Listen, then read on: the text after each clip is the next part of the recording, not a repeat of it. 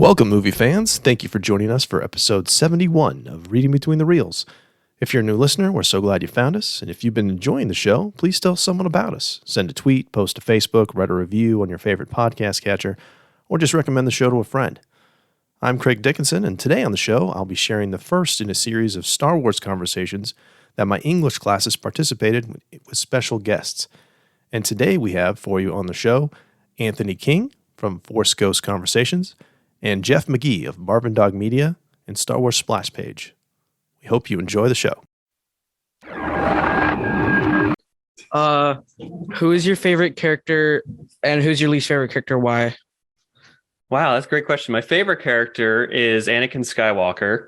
And I say that for a couple of reasons. And that's because I grew up during the prequels when those came out, episodes 1, 2, and 3. So that character was just kind of at the forefront of my fandom. But also at the end of the day in episode 6, when Anakin Skywalker is redeemed, that's the ultimate theme of Star Wars, in my opinion, is that it doesn't really matter what you do in life. You can always be a force for good at the end of the day. And that's the big thing that I always take away from it. So that's why I associate that with Anakin Skywalker. And that's why he's my favorite character. Least favorite character? I guess I'd have to say the Emperor Palpatine, just because he's the ultimate bad guy and all that. And, I never like seeing him on screen and the things that he's doing behind the scenes, pulling the strings of it all. So I guess that's probably where I'd land on that one. Okay, thank you. Why do you think that Darth Vader is obsessed with finding Luke? Well, first, I believe it's because, he's the pilot that took out the Death Star. And then also, he recognized that the Force was with that. With that being when when he takes out the Death Star in the beginning of episode 4, or at the end of episode 4, I should say. But also, we also know canonically now that he actually knew that he was related. He knew that that was his son. He also knows that it's Luke Skywalker, as told by the Crawl in episode 5. So he also has that initiative too, which we find out through all of Empire, where he's trying to hunt down Luke and then have this revelation that he is his son, and that he sees this as an opportunity where he could even thwart the Emperor and possibly take over. So that's kind of going along the same lines of the dark side of it all, where he's trying to manipulate the situation to his own advantage. And then Luke, at the end of the day, is able to get the good out of Anakin that once was there.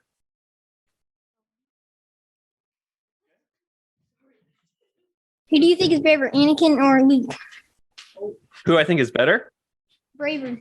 Oh, braver. Oh, that's a great question. I guess I would say, oh, wow. Depending on the day, I guess I could answer either way, but I'm going to say Anakin right now. I think to be a 9-year-old kid and then to have to literally choose to leave your family, your mom, and go join this incredible group of space wizards out there. I mean, that's got to be pretty astonishing, a choice to make at that young of an age, in my opinion. Whereas Luke is, 18, 19, choosing to leave the farm when both of his aunt and uncle are dead. So he really doesn't have another option in front of him. But Anakin really has a really hard Sophie's choice in front of him, if you will.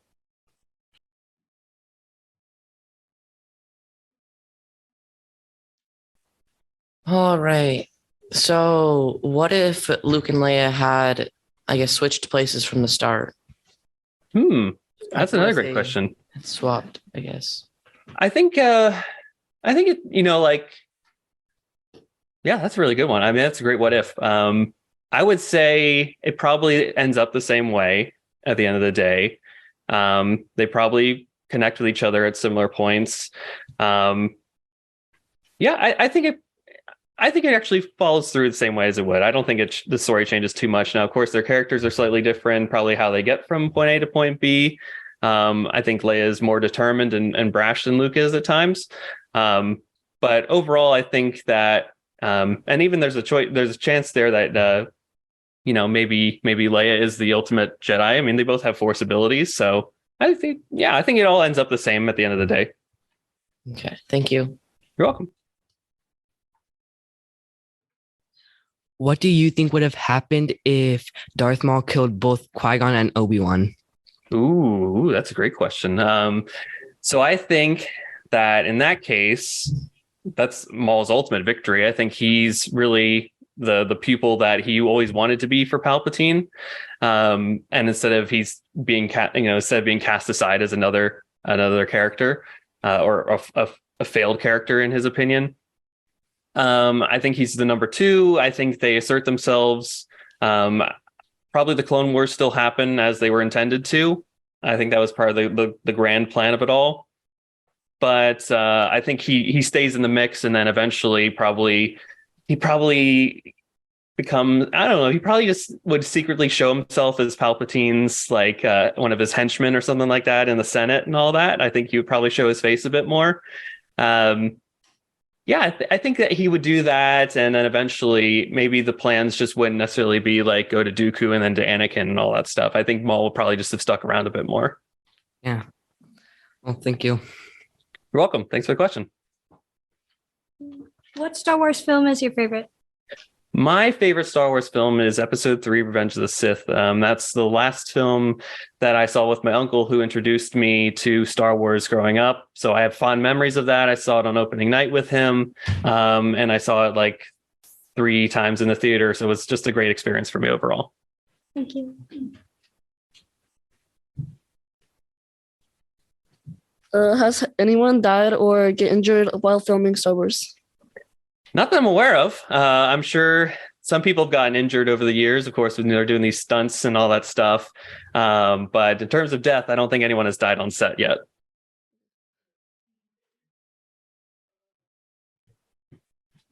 How do you think Obi-Wan feels as his duel with Anakin begins? Explain. Wow. Yeah, I think Obi-Wan is just... he's in a rough place at that point in time, right? You know, this is the person that he's literally raised as his kid. And the fact that he's now literally shifted to the dark side, he's killed all of his other friends, right? A good amount of them, I would say, too. And I don't think Obi-Wan can really put himself in the same headspace. And he's just like, what have you become? What are you doing? I can't even recognize the person that's in front of me right now. So it's clearly he's like, I'll do what I must, right? You're clearly not in a place where I can talk to you right now, talk any sense into you at this point. The only way that we can solve this is through a clash of lightsabers, and that's what happens. Thank you. You're welcome. How do you feel of Han Solo? I love Han Solo. I think he's a great character. I personally relate to him a lot because I think as I get older, there's this like tug pull that we have of, wanting to be this cool guy, cool character at the end of the day. But, Han at his core is a good guy, as we learn in Solo, a Star Wars story. And it shows it through the original trilogy, of course, too, where he's always there for his friends. He's there when you need him. And that's something that I aspire to be for my own personal life, too. Okay, thank you. You're welcome.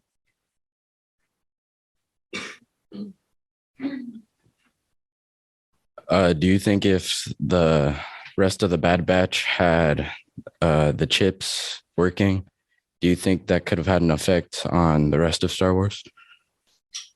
Oh, for sure. I mean, I don't know how grand it would have affected Star Wars, but I think they probably would have been more involved in Order 66 to a large degree. They would have probably taken out some of the surviving Jedi that, and that survived, of course. And I think that they're just a great foil to what the current regime of the early stages of the Empire is doing right now, and setting the stage up for what a foundation for what the eventual rebellion could be. And without that in place, I think that the Empire is a lot more free room to wiggle around and do what they want to do and create havoc upon the galaxy. So I think that with them fully being in operation with what the Empire is doing, that would have been definitely to the detriment of what we see in the original trilogy. Thank you. You're welcome. What is the significance of Padme being continuously in danger? Wow, yeah, that's another great question. So, I mean, frankly, at the end of the day, it gives the characters something to moves the plot along forward and all that stuff. I mean, that's certainly some to the degree, but also I think it puts Anakin in this precarious situation where he's always forced to choose between his own feelings, between literally going against what the Jedi code is at certain times, where it's supposed to put others above singular people. Clearly in episode 2, Attack of the Clones, I mean, that's a great choice that he's faced with there, with Obi-Wan literally yelling in his ear, if you do this, you'll be expelled from the Jedi Order, right? So it puts Anakin in these precarious spots where he's eventually at this point where he's like, she's going to either die in childbirth or I go along this dark path here. So it moves the plot along of Star Wars, certainly, for sure. But at the end of the day, it gives Anakin this great sense of morality questions where he's like, what do I do in this instances? And of course, we see how he chooses in episode 3. Yeah. Thank you. You're welcome.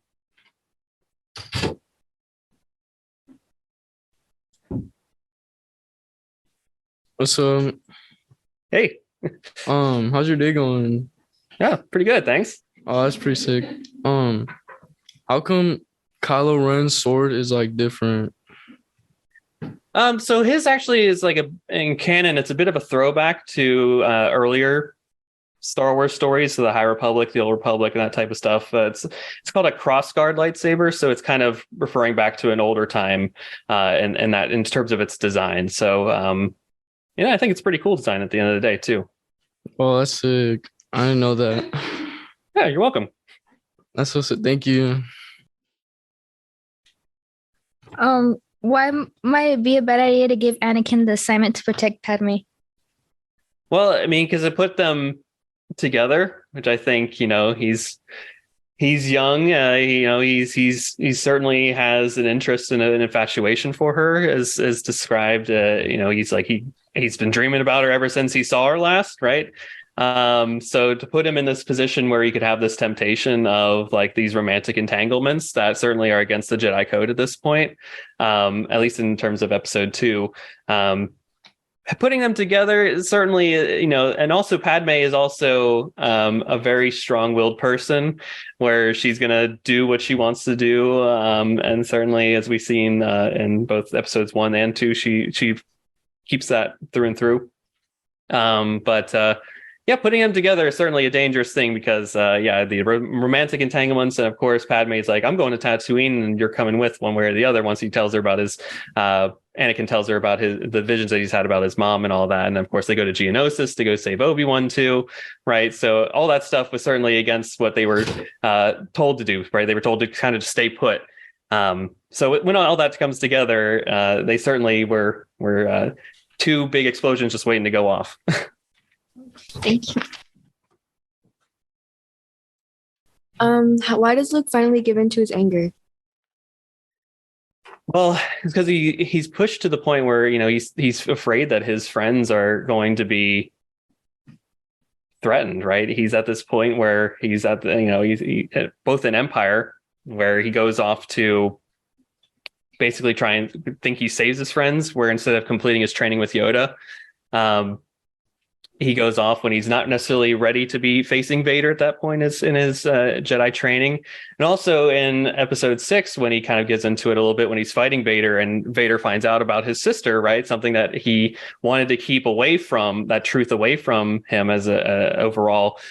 And he's like, oh, maybe your sister will turn to the dark side if you won't, right? That is something that, it pulls at his heartstrings, where he's like, no, I don't want them to be affected at all. Don't use, he feels kind of responsible for that at a certain point. And that's what brings out the darkness with him a little bit there.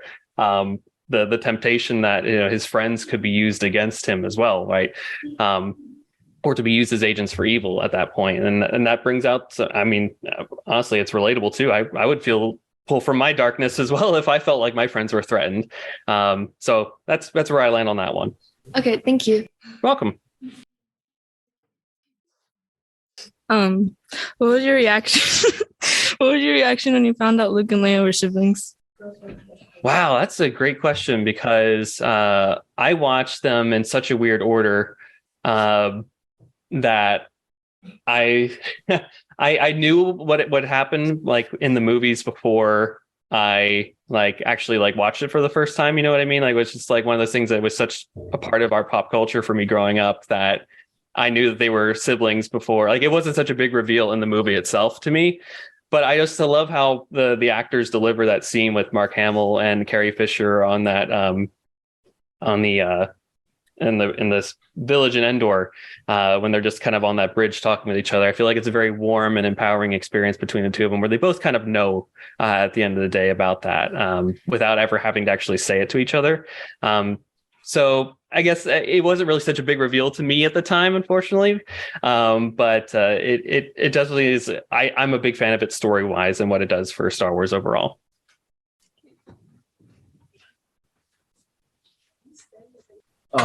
What do you think about Anakin killing the Sand People? Well, it certainly is a great point in his journey to the dark side, right? It shows that he is willing to give into his anger, that having these attachments is potentially something that could be used against him, right? His attachment to his mother and eventually be used for Padme. Overall, it's a terrible thing. I don't like that he's necessarily killing people for all that stuff, even, after they did literally take his mother and all that stuff. So it's just not a great situation overall, but he certainly is acting out of a place of fear, aggression, and anger that are definitely dark side feelings, if you will. So it's not a great situation just to begin with, but and I'm also not a big fan of it overall. But he is just acting out of pure instinct in that moment, right? His mom just died. She's saying her last words to him. He hasn't seen her in about 10 years. So I mean, it's a real response, to be honest, but it's not great. Thank you. Why do you think Anakin joined the dark side? So he joins the dark side out of fear, of course, right? He's on that path of the fear of loss is what ultimately drives him to this point, and also he wants to attain this power. It's a two-sided coin there, where he wants this power to save the ones that he loves, right? He's manipulated by that situation. He's fearful that his wife is going to die in childbirth, similar to his mom, and also lose 2 kids that he doesn't know that she's carrying twins, but he knows that she's pregnant at the time. So that fear of loss ultimately is what's pulling him down the path. And of course, the Jedi have kind of gone away from their ways through the Clone Wars and all that stuff. So he's not trusting of them. They're not trusting of him. It's just the ultimate system where it just doesn't work at the end of the day for the two of them at the time. And of course, Palpatine's there feeding him this temptation of, right, you do this, I can do this for you, even though he's not necessarily going to back it up. I don't think at the end of the day, right? He still doesn't give him the formula, if you will, to save Padme. I don't think there was ever a timeline where Padme would exist with Anakin being Vader and with Palpatine at the same time. So ultimately, it's a fear of loss. That's what Anakin turns to the dark side for. Oh, okay. Thank you. You're welcome. What are your impressions of Jabba the Hutt in his palace? Oh man, I love Jabba. I think the overall, like, the puppetry behind it, so those the behind the scenes of creating the character and all that, just absolutely works for me. And I just love that there's the idea of this vile gangster. It's literally a vile thing in the galaxy. I just find that to be so cool and inventive of the people that work behind the scenes to create these creatures and characters. I also love the menagerie of the characters. I think you may have seen in Return of the Jedi, there's like the guy that's playing like a keyboard. He's blue and he looks that's really the only way I can describe him. He's got like flippers, his ears and all that stuff, and hands. He's really cool. His name is Max Rebo. He's the leader of the band that plays there, and I just love that character so much. So all the menagerie of Jabba's palace is so cool, and I love that scene. That whole sequence is like its own little movie, and I think that's really cool. Thank you. You're welcome. Do you think Yoda or Obi-Wan is afraid to teach Luke because of what happened to his dad? I think Yoda's a little bit apprehensive about it. I think Obi-Wan certainly made his choice about who he was staying with. I think that was always part of his plan overall, was to train Luke. Yoda, on the other hand, I think was, he's keeping tabs on Luke and always saying that he's looking towards the horizon and not keeping his eyes on where he's at and keeping focused and all that. I think canonically too, if I recall from a book that came out a couple of years ago about The Empire Strikes Back, or was it A New Hope? I can't remember exactly, but I think Yoda actually wanted to train Leia instead of Luke in order to be like the next Jedi to take over and move the next generation of stories forward. But at the end of the day, it's Luke that ultimately takes that mantle. All right. Thank you. You're welcome.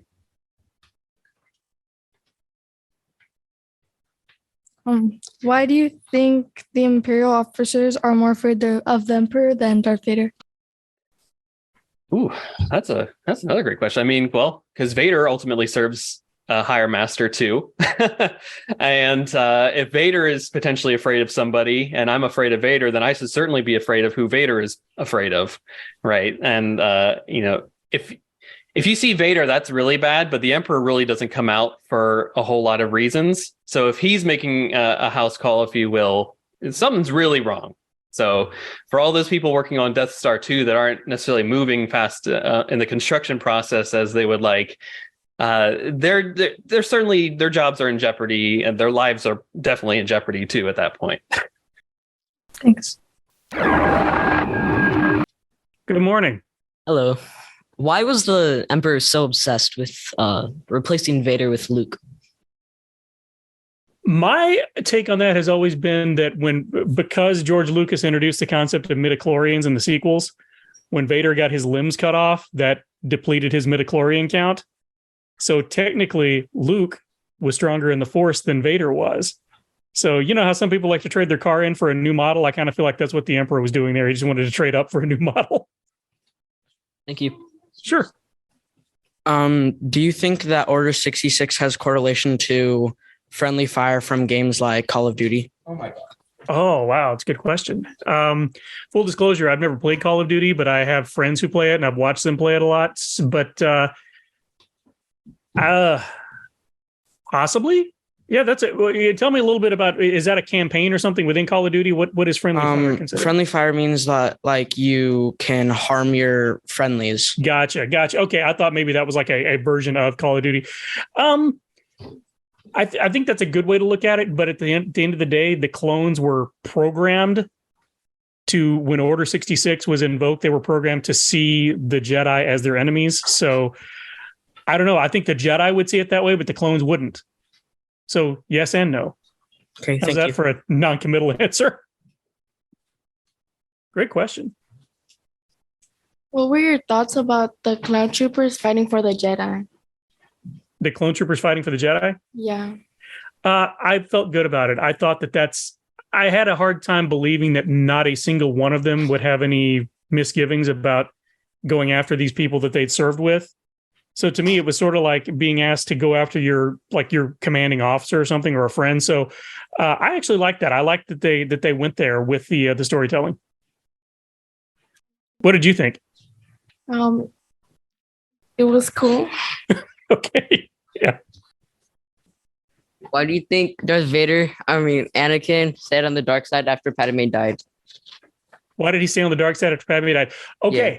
We're actually, so one of my podcasts that I work on is Star Wars Splash Page. It's about Star Wars comics. And there is a storyline going through the comics right now in the Darth Vader comic about that.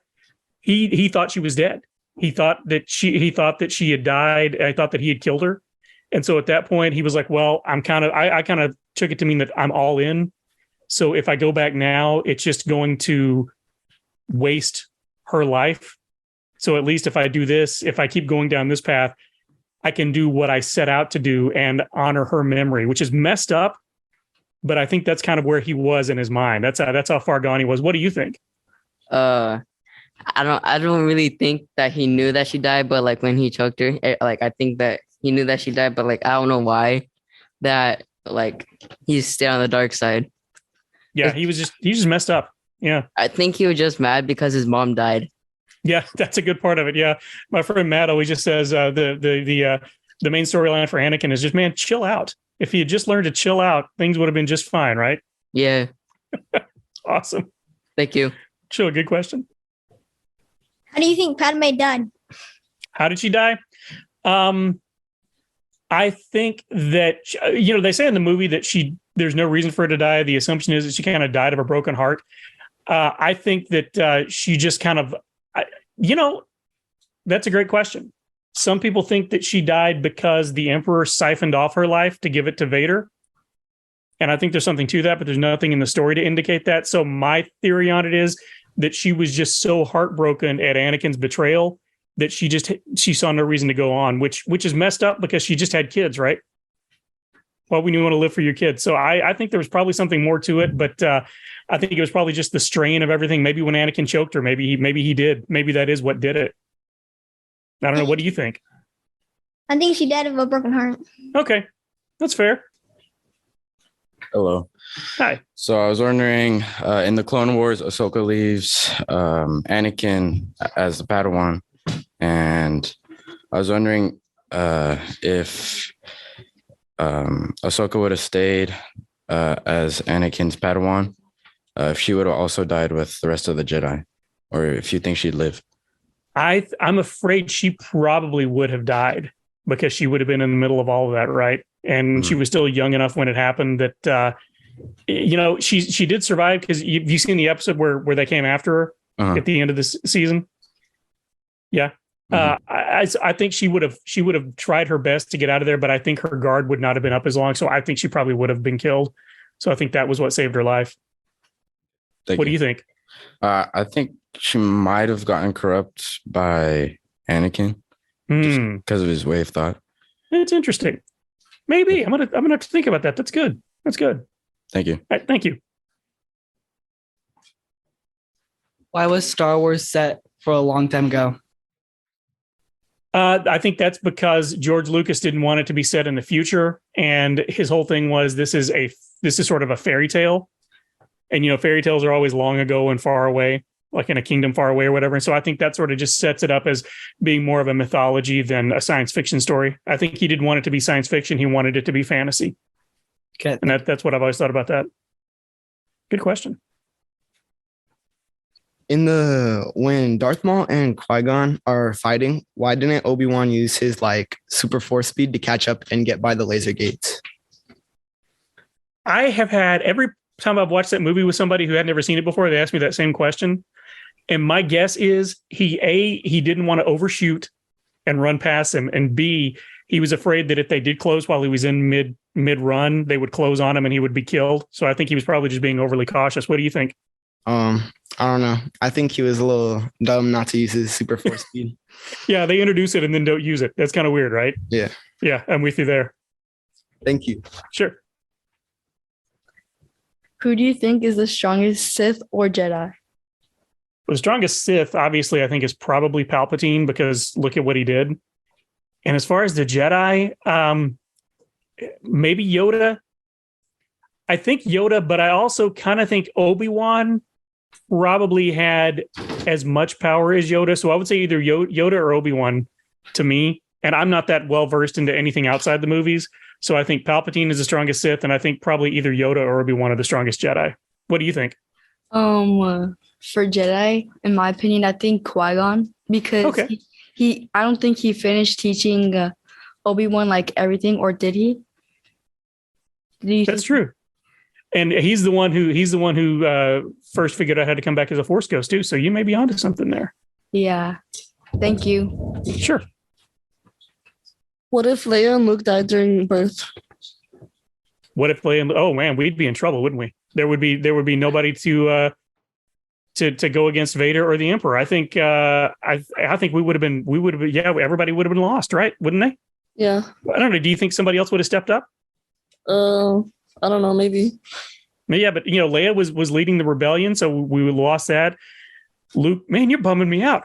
Luke would have been around to go after Vader either. Yeah, I think they would have just. I think Vader and the Emperor would have just taken over the galaxy.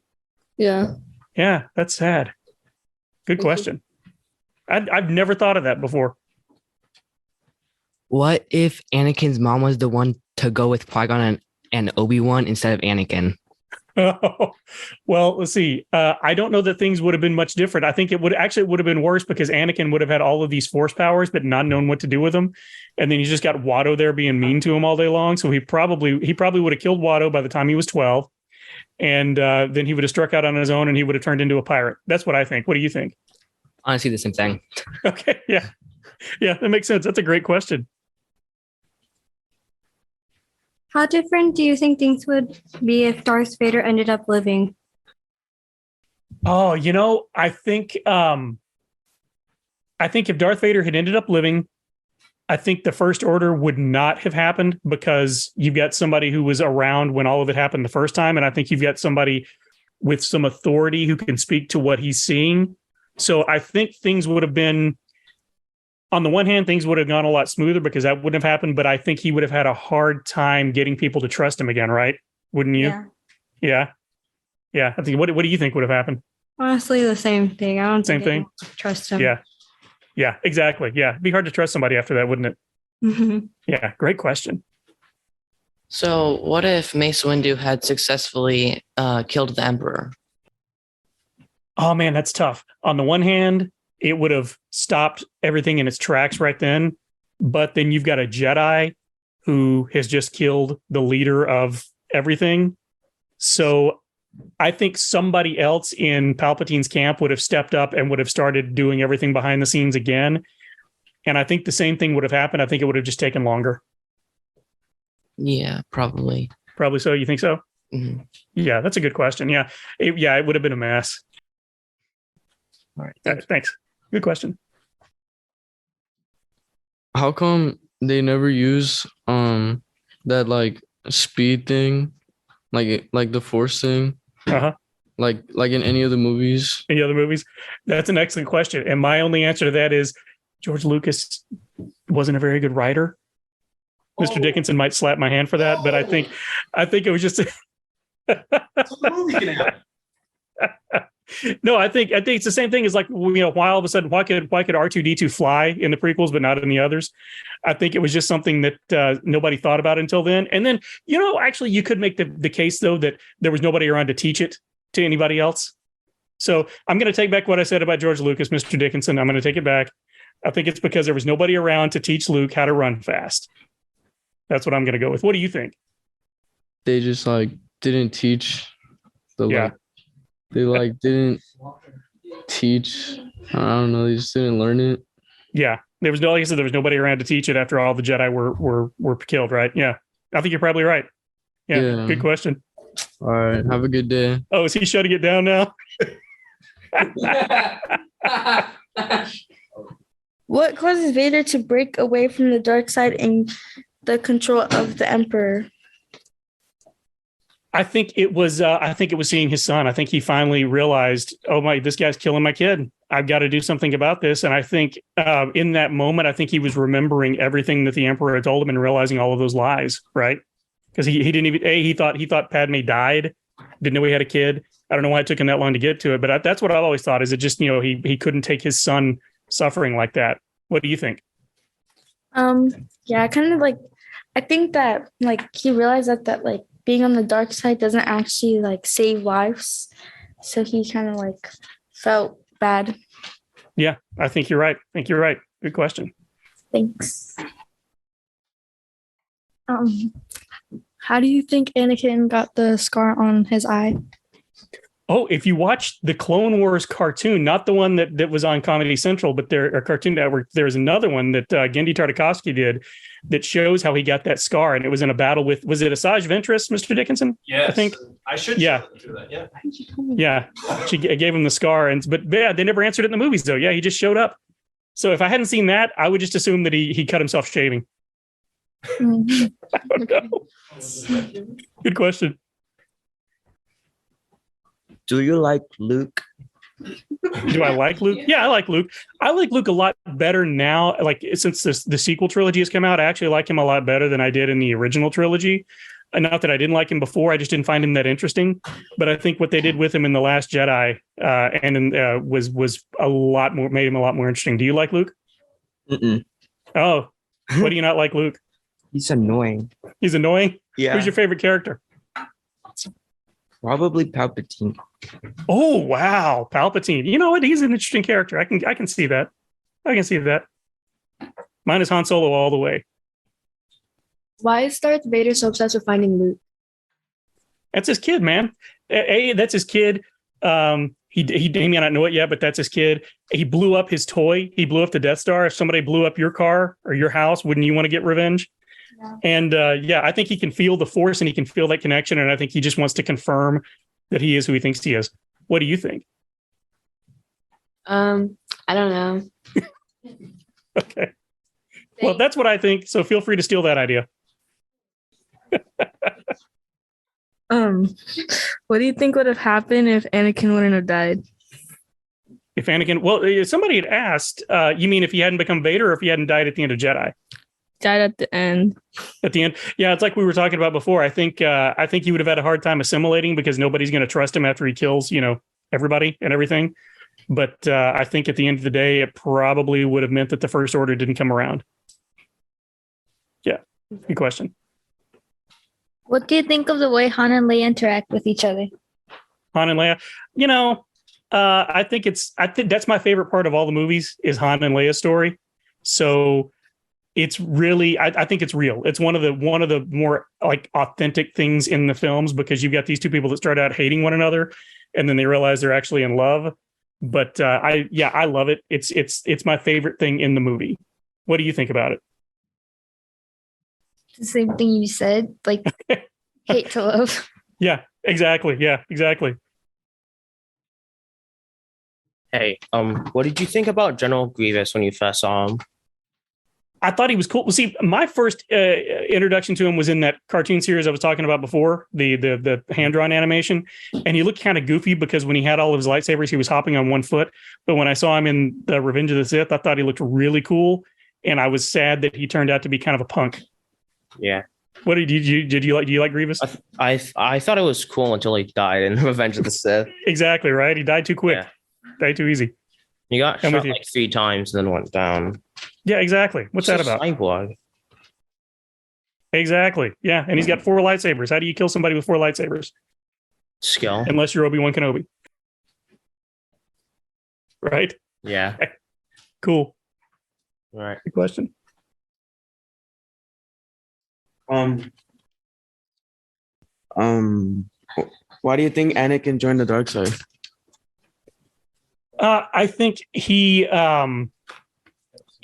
thought that was the best way to save the people that he loved. He lost his mom. Oh. He lost his mom. He was afraid he was going to lose Padme, and I think that he thought that was the path to power. And he's kind of a control freak, and that's what the dark side is all about, is about controlling everything. And so I think it was just very attractive to him because he basically was told that all of his bad instincts were okay. Oh, okay. Yeah. Thank you. Yeah, sure. Question. What do you think would have happened if the Emperor won Luke over to the dark side? There is a Star Wars comic called Infinities where it's actually Leia that falls to the Emperor, but not Luke. I think that we would have been in trouble. I think that Luke was a more power at that point, was a more powerful Jedi than Vader, and I think had he joined up with Palpatine, I think they would have overthrown the entire galaxy. It would have been bad news. What do you think? I completely agree. Thank you. Yeah, sure. What's your opinion on only Rey getting the chance to get the Temple Guard's lightsaber and not Luke and Anakin? You know what? I'm okay with that because it was something we didn't really know about ahead of time. So I'm good with that. I like Rey as a character. Do you like Rey? Absolutely not. You don't. Okay. Why do you not like Rey? This is interesting. Why would I not like Rey? I don't know. Why wouldn't you like Rey? I love Rey. I literally don't like Rey in every single way. Okay. Fair enough. Especially because she calls herself a Skywalker, even though she's not. That was one thing I didn't like. I would have preferred her to just say, I'm just Rey, because I loved in The Last Jedi where they told her she was nobody. And I did not like in Rise of Skywalker where they determined she was a Palpatine. I would have preferred at the end, instead of her saying Rey Skywalker, she just said, just Rey. That's me though. But I like Rey as a character. I get why people don't. But yeah, that was my take on it, was that they didn't really know about it. And she was maybe the one that they could trust with it. That's my take on it. Thank you. Sure. In the movie, The Phantom Menace, when Qui-Gon Jinn dies, you think Obi-Wan used his Jedi powers, or was it his feelings? I kind of think he might have tapped into the dark side a little bit, because he really did get upset. And, we're taught that fear and anger lead to the dark side. So I think there was a part of him that tapped into it. But I think Obi-Wan is good enough and strong enough that he accessed it, but then immediately shut it down. But I definitely think that there was a little bit of dark side power in there that let him get the upper hand on Maul. What do you think? I think it was his feelings because when Qui-Gon Jinn died, he went like mad because like Qui-Gon Jinn died and like it was like his master and like he loved him so much. Yeah, and there was nothing he could do about it, right? Yeah. Yeah. Yeah, good question. How do you feel when Jar Jar Binks gave emergency power to Palpatine? That was George Lucas thumbing his nose at the audiences at everybody who hated Jar Jar from the first movie. So he was like, okay, fine. He's not going to be in this movie, but he's going to cause everything that happens up to this point. I think it made sense from a story perspective, but I don't understand why anybody would put that guy in charge of anything, right? Yeah. Yeah, that was me too. I thought it was dumb, but it made sense from a story perspective. Okay, thank you. Good question. Hi, it's me again. Hi. What character do you sympathize with? What character do I sympathize with? Definitely Han Solo. He is my favorite character. He's this guy who sees all these people around him who can do all these great things, and all he can do is really fly around this jalopy and talk to his best friend who's a dog, and that's pretty much me in a nutshell. So I sympathize with him, and I identify with Han Solo quite a bit. I'm not nearly that cool, but that he was always sort of my entry point in the story. What about you? I feel like I sympathize with Jar Jar Binks because he's a king. And he's like an alpha. Oh, okay. That's one way to look at it. Yeah. Thank you for answering my question. Sure. How does Leia treat her rescuers? How does Leia treat her rescuers? Not great, right? She's kind of rude to them. She calls Chewbacca a walking carpet, which is, to me, kind of racist. And she just starts talking smack to him. It's sort of like biting the hand that feeds you, right? I guess, maybe. I don't know. But I guess she's got a point. When you're smarter than everybody in the room, I guess you can do that, right? Yeah. Good question. Hi. I was wondering, so in The Last Jedi, Kylo Ren killed his uncle, or didn't kill his uncle, kind of. But do you think if he wouldn't have disappeared, do you think that would have had a significant change on the last movie? On the Rise of Skywalker? I think so. I feel like I think had they known Carrie Fisher was going to die in real life, they wouldn't have done it that way. Mm-hmm. But I think had Luke not died in The Last Jedi, that I think that's where it gets tough, because he would have definitely needed to have a larger role in The Rise of Skywalker. But at that point, it's supposed to be Rey and Kylo's story. So I'm not sure how it would have affected it, but I would have preferred that he had lived. Me personally, I love The Last Jedi. I liked the way he died, but I would have preferred that he lived. Were you okay with him dying, or did you want him to live? I kind of wanted to see more of him. Me too, right? Because we didn't see any of them, and we didn't see any in The Force Awakens. He had that glorified cameo at the end. He was an extra, basically, and got paid like $2 million for that. And then, he's in The Last Jedi and then not in The Rise of Skywalker. Yeah, I'm with you there. Good question. Thank you. Sure. So as we close, we just want to say thank you so much for listening. If you'd like to connect with us, you can find us on Twitter and Facebook. Email us at readingbetweenreels@gmail.com or use the SpeakPipe app on our website. If you enjoyed the show, please tell a friend and support us by writing a review on your favorite podcast catcher.